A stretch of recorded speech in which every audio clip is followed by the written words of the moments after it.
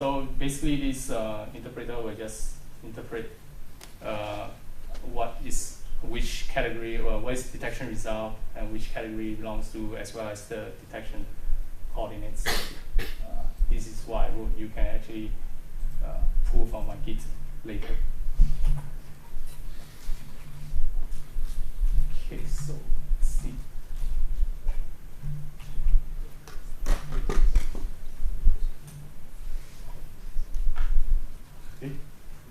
Hey, what's this? Something went wrong.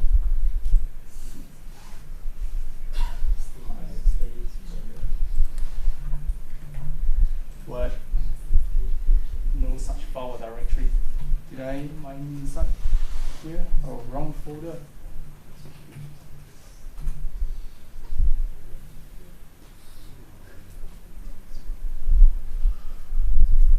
Yeah, basically, if you output something like that, shows that the image is working. Let's see whether it can detect you guys. Okay. The image. Oh, cannot scale. I don't know whether it can scale. Okay, I try to detect myself. Okay, detect as person. So pass. Let's detect. Online. Okay. Yeah. Sorry, this is a mobile net, so do not expect very high accuracy. So you see, the mobile net also runs this slow. What do you expect of the Chinese app that just now I showed you?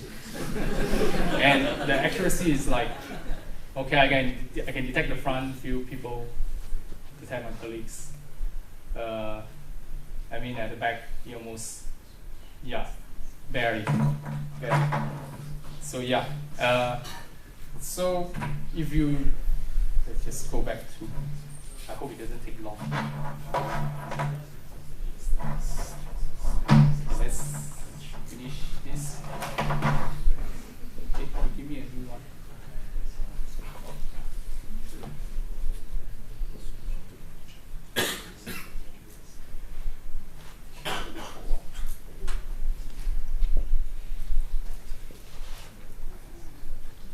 So yes, just now you can see that is the speed of detection if you were to run Intel NCS on Raspberry Pi. And let's just give you a rough figure of what's going on. So you can see that Titan X can run very fast, 33 FPS, costs about 45 watt. And I did a simple calculation based on this number. They will have actually measured the voltage before. It's a constant idling about 41 watt, 45. And it costs about $7.20 per month extra on your electric bill based on the current calculated rate. So there's Intel 670K with this latest i7 processor. So it runs about 7 frames per second and consumes much more power. So for the TX1 that we showed you just now, that NVIDIA board, it actually runs at 2.9 frames per second. I don't know why, maybe because I'm using a micro SD card. So yeah, it's about 15 watt based on the specification. Raspberry Pi 3 without the Intel NCS, it's about 0.5 frames per second. It's very slow. It means that if you were to install a local surveillance system, someone run fast enough, you may not even catch it. You may not even in your video. Blink of an eye. So 4.5 actually give you better, safer margin with Intel NCS. So that's probably something better. And it costs about the same per month if you were to deploy it. So you don't keep running and your parents will not complain about why do you spend so much on electricity bill.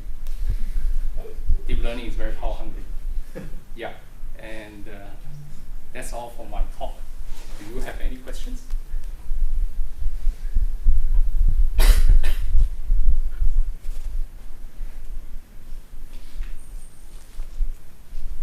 I'm wondering if you actually see people using Intel NCS in the production system. Do you think it's feasible? In production system, you will not be using the USB based because the USB still have some bottleneck. It's better to use the chip directly. So basically inside have 12 VPU. So people just take out the small chip and use some other protocol to communicate, which is much faster, like DSP. So with USB, you almost guarantee that you have a bottleneck somewhere. So when the image gets transferred in, come out, so you have some latencies.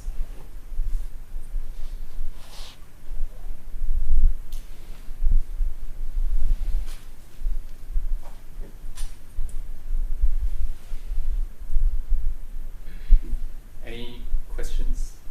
Anything else you want to find out? How much is the cost of this? This thing costs 144 Sing dollar. Yeah, you can buy it from Amazon. I think it's cheaper. But you buy from RS online, it's 144. Yeah.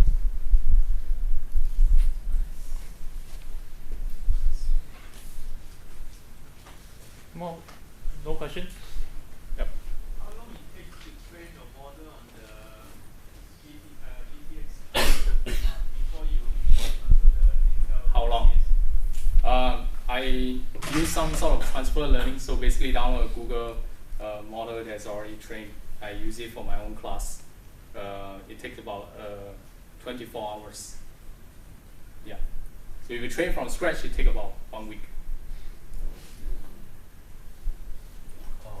How big is the data set that you need? I'm using the Coco data sets, about 80,000 images. But for me, I only take 2 classes, so just dog and human. So about 10K images.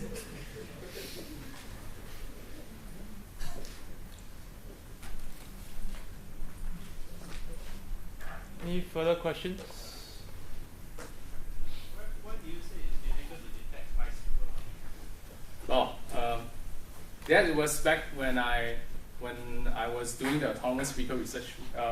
It is a problem that faced by researchers as well, for anyone who is doing autonomous vehicle, because there are a lot of data sets on cars and humans, but there are not a lot of data sets on bicycles.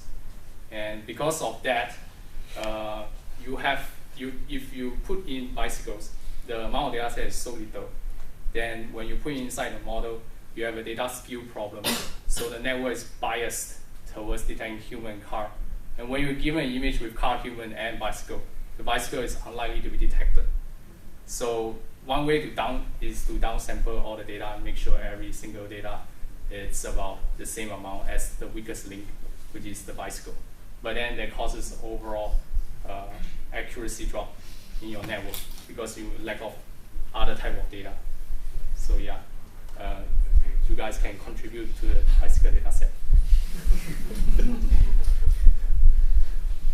you buffer that effect of too little data then with augmented pictures?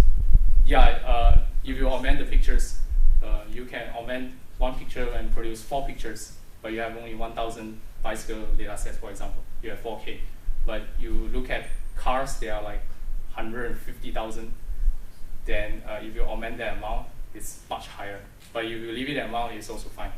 Data augmentation is one of the methods to increase the data set, definitely. But if the data set is very little, there's only that much you can do.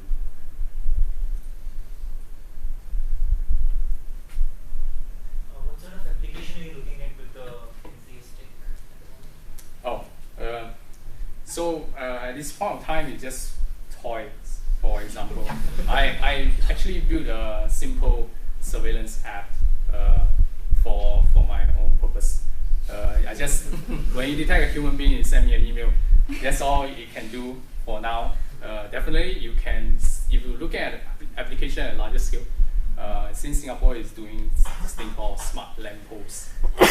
So this kind of frame rate is actually, I think, is acceptable for smart lampposts, given that you are detecting someone who is walking on the pavement, and you are trying to detect his face, trying to match to a database. I think you have better use cases. But for anyone who is trying to do hobby stuff, this Intel NCS can give your robot, for example, someone who's doing robot, Roomba or whatever, it gives your robot some sort of vision capabilities other than just touch sensors maybe roam around.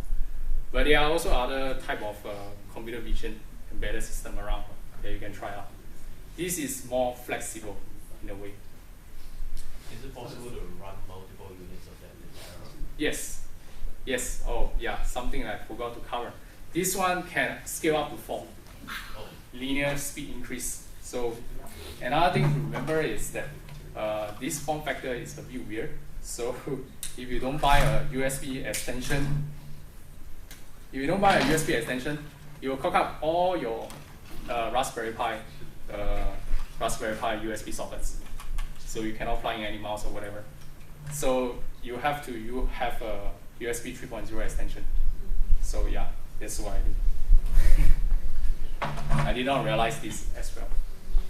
The limit of 4 is the hardware limit or the software? I think it's been tested by Intel NCS. They reported that it's 4. But if you have a USB hub that's like 12 sockets, you can feel free to try out 12 of them and see whether it works. But those each stick also draws power, so your power capability may not be high enough as well if you scale too high.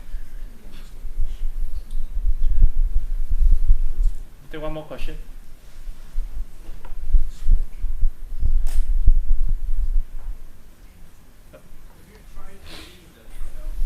This one cannot train. This is only for inference. This cannot train. For training, I have to use GPU. Yeah, even a CPU also cannot. Too slow. Okay, there's no further questions. I think that's all for today. The speakers will still be around, so if you want to ask them questions, you can stick around to ask them questions. If not, thank you very much for coming down today.